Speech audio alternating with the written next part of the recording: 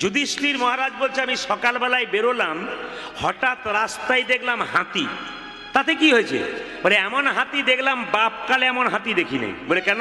হাতির সব ঠিক আছে, দুটো সুর আছে, তা কেন দেখলাম? কৃষ্ণ বলল ওটা হাতি নয়, ওটা হলো কলি। ও তোমাকে শিখিয়ে দিল যে কলিযুগের মানুষ কেমন হবে। কলিযুগের মানুষের দুটো মুখ হবে। মায়েরা তাহলে কি পাশাপাশি দুটো মুখ? না, ভেতরে একটা আর বাইরে একটা। কিরকম মুখ বলে দিই, দেখবেন রাস্তাতে অনেক ভদ্রলোকের সঙ্গে একজন রামবাবুর সঙ্গে শ্যামবাবুর দেখা হয়েছে। রামবাবু বলছে শ্যামবাবু কেমন আছেন? বলে ভালো আছি। আপনার মতো মানুষ হয় না। যখন শ্যামবাবু চলে গেল, রামবাবু মনে মনে ভাবছে তুমি না মরলে তোমার পেছনের জায়গাটা আমার হচ্ছে না। মানে বুঝতে পারছি, মানে বাইরে প্রশংসা করলো আর ভেতরে তার নিতাই। এরকম মানুষ অনেক আছে। মায়েরা 2-4 বছর সাধনা করলে ভগবানকে জানতে পারেন, কিন্তু মানুষকে জানা খুব কঠিন।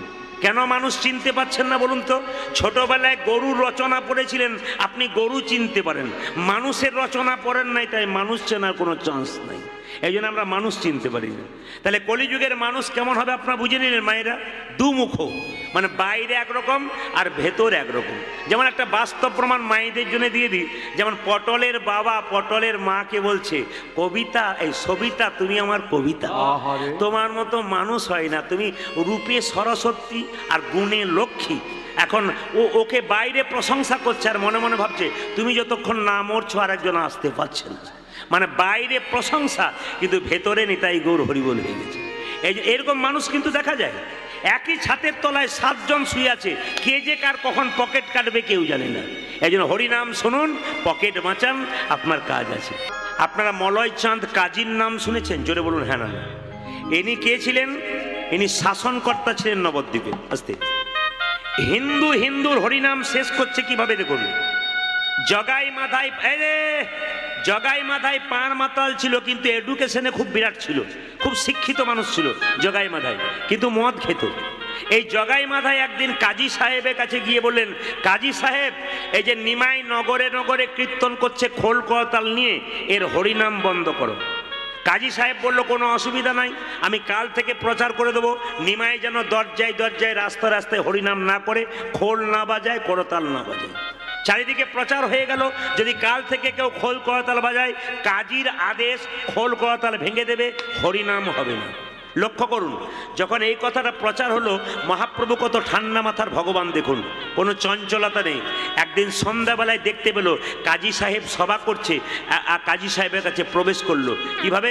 জিজ্ঞেস করলো, আচ্ছা মামা, ও মামা। কে বলছে? মহাপ্রভু। কাকে বলছে? মলয়চাঁদ কাজীকে। ও মামা। সঙ্গে সঙ্গে মলয়চাঁদ কাজী রেগে আগুন। তুমি আমাকে মামা বলছো? কি সম্পর্কে আমি তোমার মামা?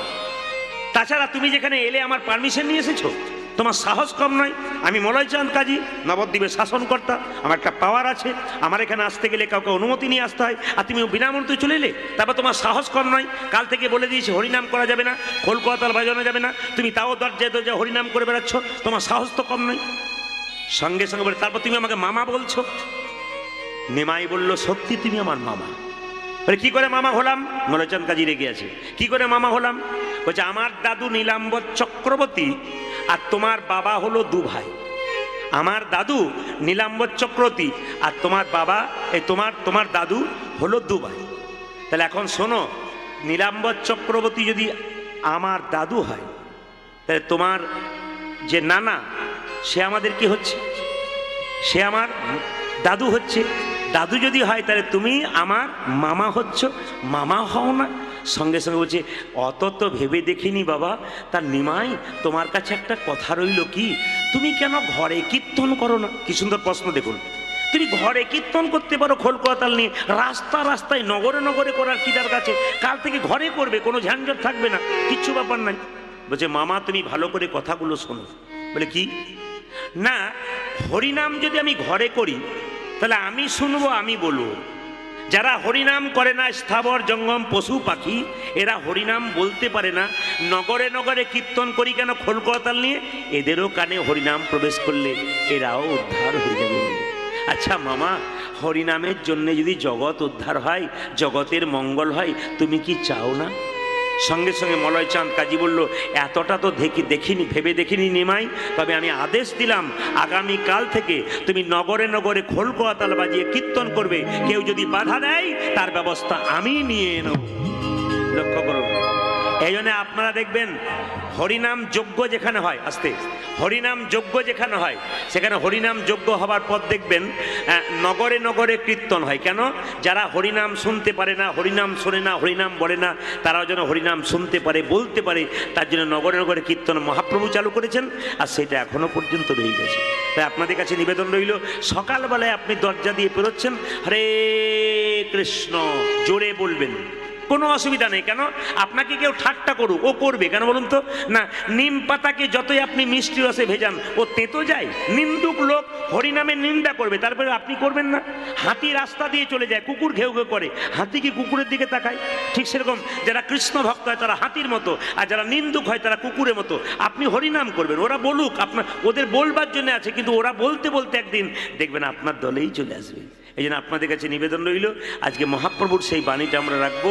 চৈতন্য চৈতামিতে লেখা আছে কি, 10-5 সবে মিলে ধারেতে বসিয়া কীর্তন করহ সবে হাতে তালি দিয়া। হাতগুলোকে উঠান, সবাই মিলে কীর্তন করুন। হরে হরয়ে নম কৃষ্ণ কৃষ্ণ যাদবায় নম, হরয়ে নম কৃষ্ণ, হরয়ে নম কৃষ্ণ যাদবায় নম, দুজন সম্পাদক, ও যে যাদবায় মাধবায় কেশবায় নম, যাদবায় মাধবায় কেশবায়। না না না, আপনারা কি শুনতে কম পাচ্ছেন নাকি? শুনতে পাচ্ছেন তো? তাহলে হাত তুলে বলুন, এখানে দেখিয়ে দিন মহাপ্রভু এসছেন, মহাপ্রভুকে হাত তুলে বলুন। সবাই সবাই হাত তুলুন একসঙ্গে, তালিটা এত সুন্দর হবে। এই দেখুন আমার ক্যামেরা এসছে কীর্তন ইন্ডিয়া, আপনার 2-4 দিন পরে গানটা শুনতে পাবেন, তখন দেখবেন কি সুন্দর হাততালিগুলো আপনাদের উঠেছে। ও ক্যামেরাটা ঘোরাচ্ছে, ওই যে ক্যামেরাটা ঘুরছে, ও কিন্তু আপনাদের হাততালিগুলো নিচ্ছে।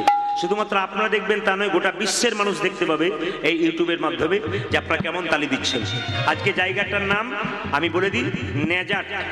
এই নেজাটে কীর্তন হচ্ছে, আপনারা তালি দিচ্ছেন, গোটা বিশ্বের মানুষ শুনতে পাচ্ছে, সবাই মিলে হাততালি আপনাদের দেখছে যে উত্তর 24 পরগনার মানুষ, ভক্তগণ, সুন্দরবন এলাকার কি সুন্দর হাততালি দিতে পারে, তা আপনারা দেখিয়ে দিন।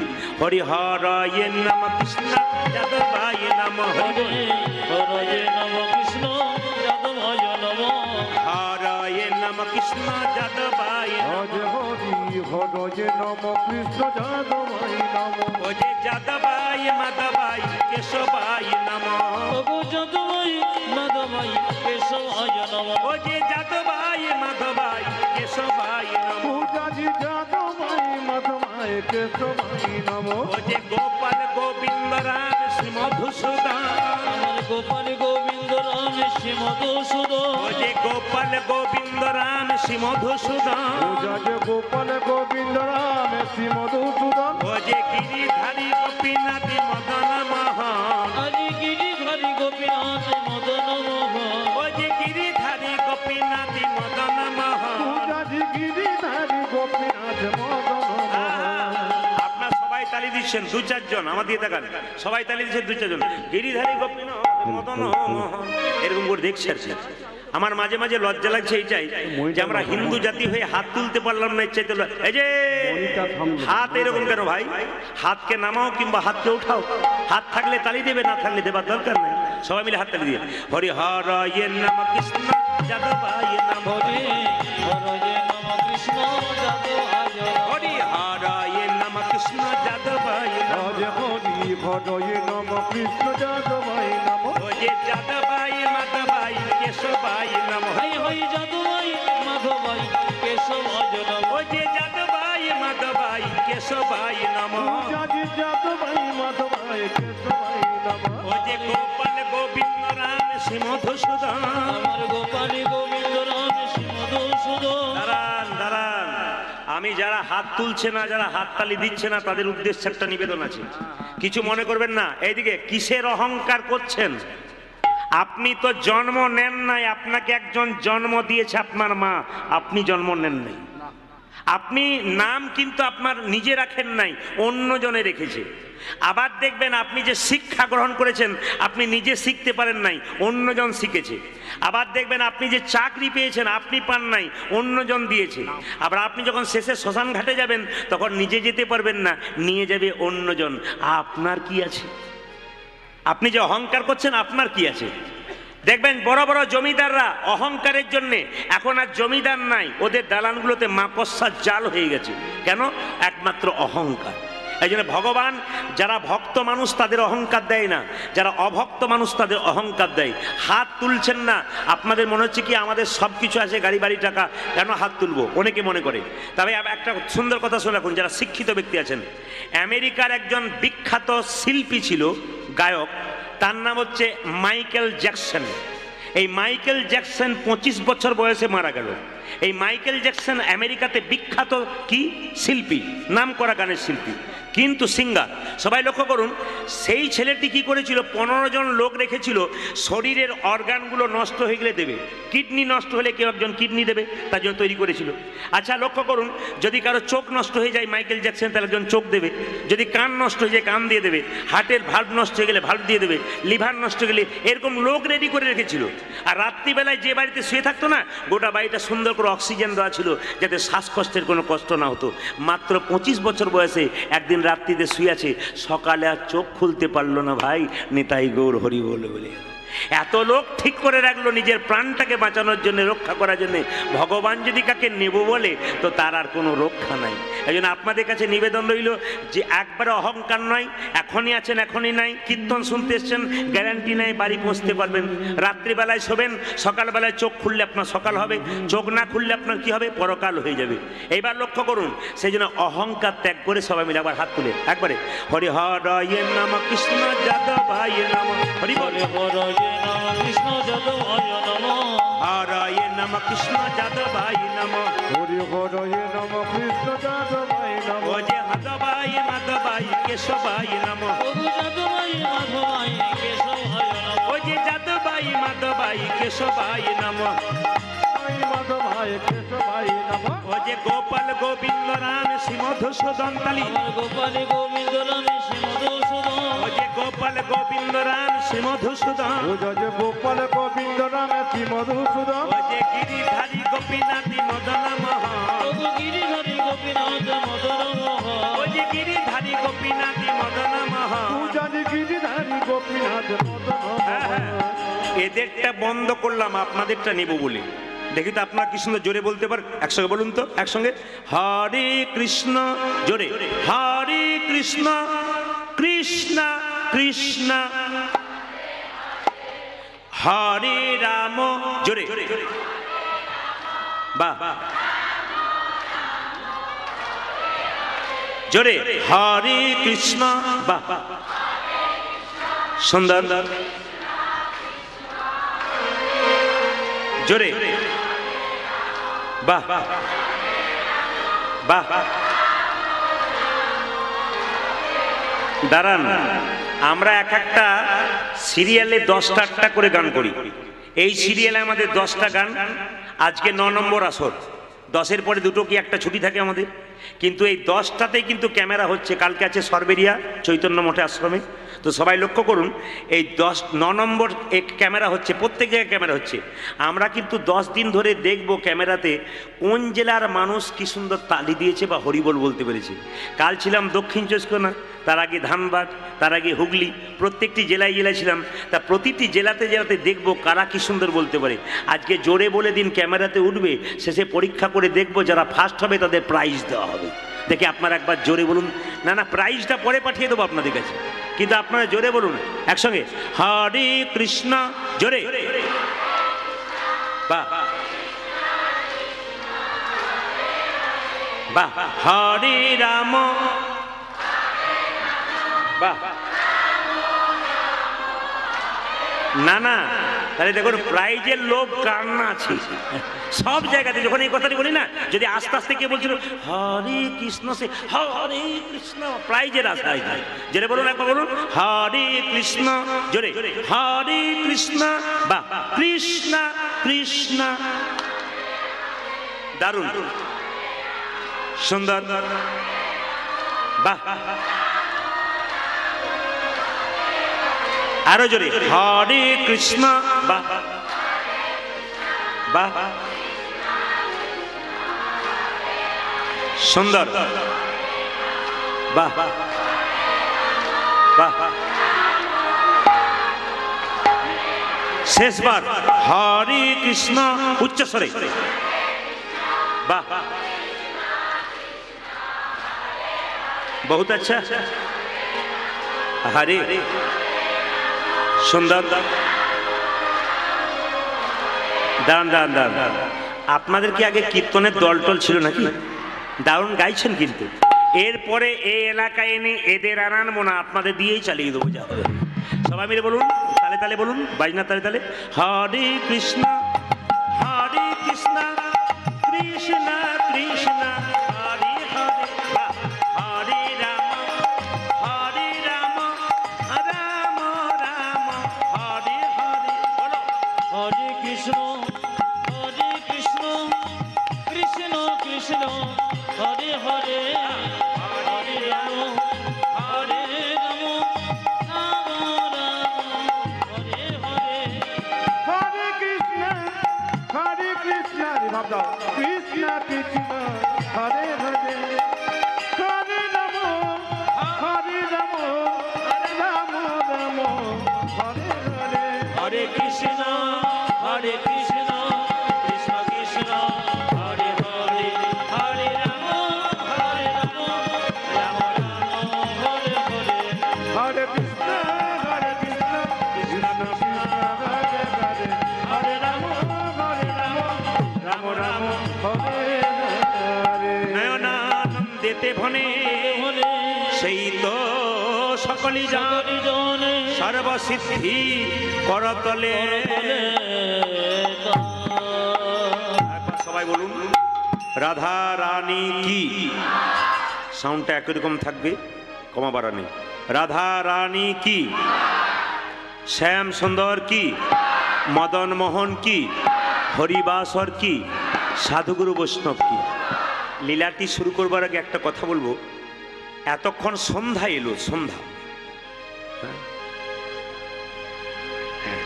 সন্ধ্যা এলো, আসুন সন্ধ্যা যখন এলো তো সন্ধ্যা প্রদীপটা আপনারা মন্দিরে দেন। এই সন্ধ্যা প্রদীপ আসতে, এই সন্ধ্যা প্রদীপ মায়েরা এটা ব্রহ্মার 5 নম্বর মাথা থেকে তৈরি হয়েছিল। আর সন্ধ্যা প্রদীপের যে সলতে ওটা তৈরি হয়েছিল ব্রহ্মার জীব থেকে।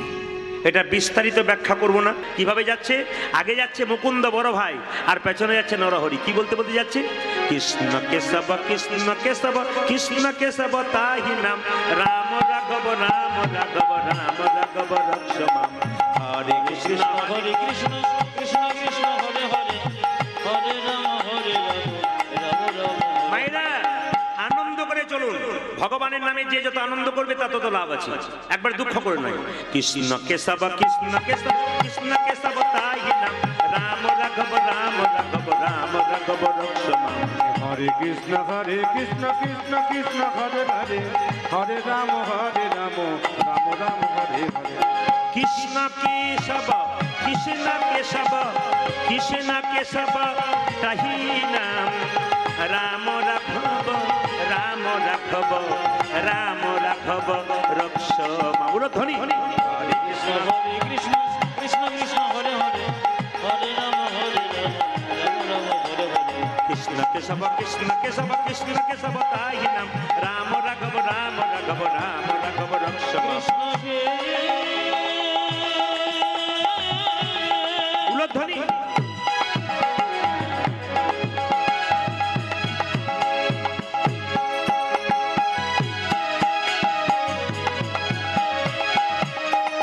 কৃষ্ণ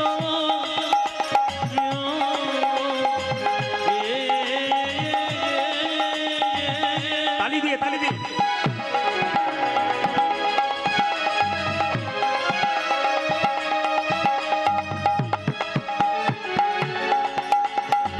তুমি দেখো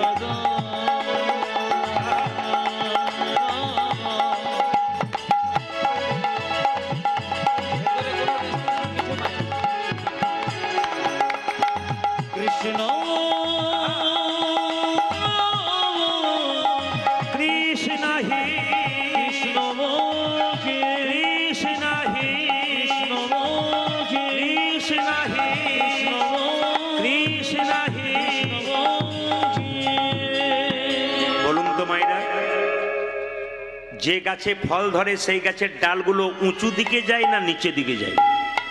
জোরে বলবেন আপনারা।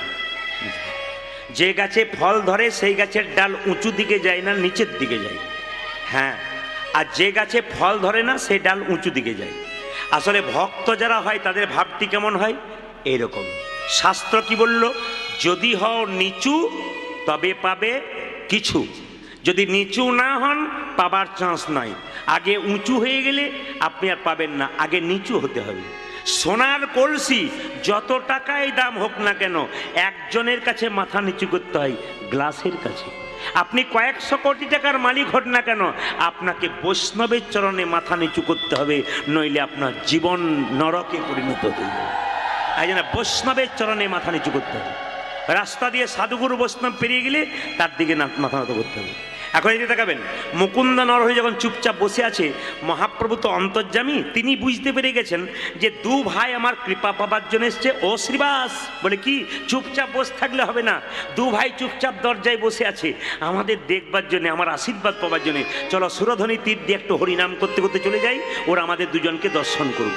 বাবা, ভক্ত যদি কাই মনে কোনো বাঞ্ছা করে, ভগবানের সাধ্য নাই সেই বাঞ্ছা নাহি পড়ে।